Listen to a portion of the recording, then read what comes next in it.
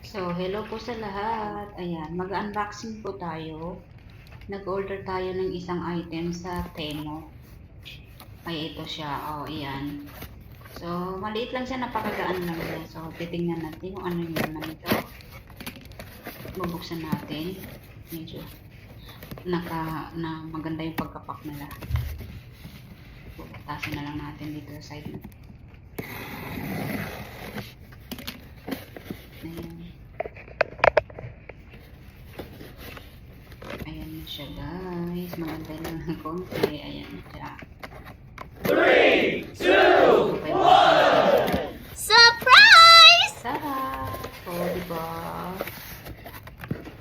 Kung ano yung nakikita nyo sa display nila, yun din talaga yung pinadala nila. So, talagang maayos ang paninda sa Temo. Hindi ko naman pinopromote, hindi tayo sponsor ng Temo. So, pero maganda siya. O, yan din talaga yung nakita ko doon sa display nila. So, puti din siya, hindi siya beige, hindi siya kulay gatas. Puti talaga siya, guys.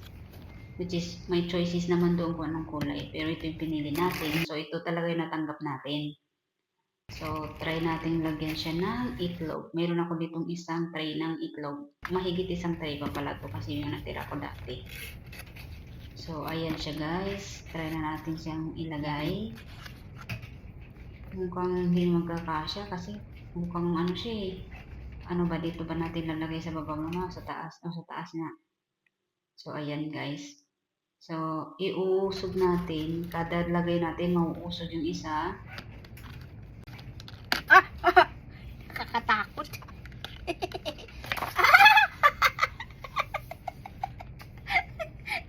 Nag-ano siya?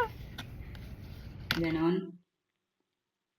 Ayan, so, kada kinukuha mo yung isa, may mawulog na isa yan. Lupos niya, ayan na silang dalawa. Ayan. So, maglagay pa tayo hanggang sa mapuno natin to. Ayan, guys.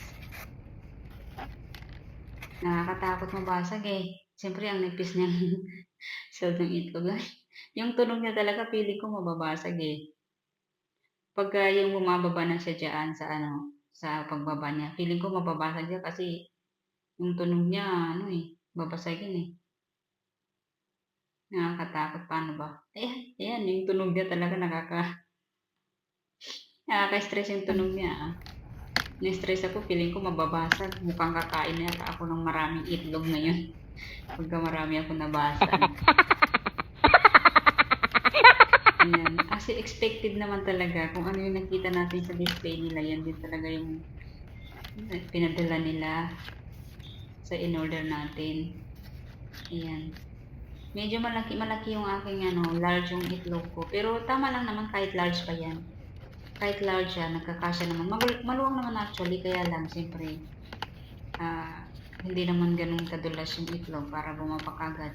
Kasi meron na siyang meron na sa ibabaw o sa ilalim pala. Punuin na natin, guys. Maliit yata yung nakuha ko. Ilan kaya magkakasya nito? Mukhang hindi magkakasya yung 30 eh. 30 sa isang tray. Ayan, pupuno na. Ilang piraso na lang. Ayan.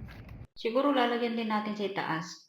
Sayang yung space eh. Hindi naman niya mabuhulog kasi parang naka-curve siya. Ayan. Bilangin natin kung ilan na. 1, 2, 3, 4, 5, 6, 7, 8, 9, 10, 11, 12, 13, 14, 15, 16, 17, 18. Ayan. Konti pa lang, guys. Nasa 18 lang siya.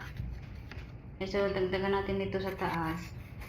Sayang naman yung space. Hindi naman siya babagsak eh. Kasi medyo parang may pagka ilalim yung na. Ayan. So, ang may lalagay natin, 23. 23 siya, guys. 23 pieces. Kaya kainin na natin yung 7 pieces. Eh, kasi diba 30 pieces sa isang tray. Ayan na po siya, guys. Yan na siya.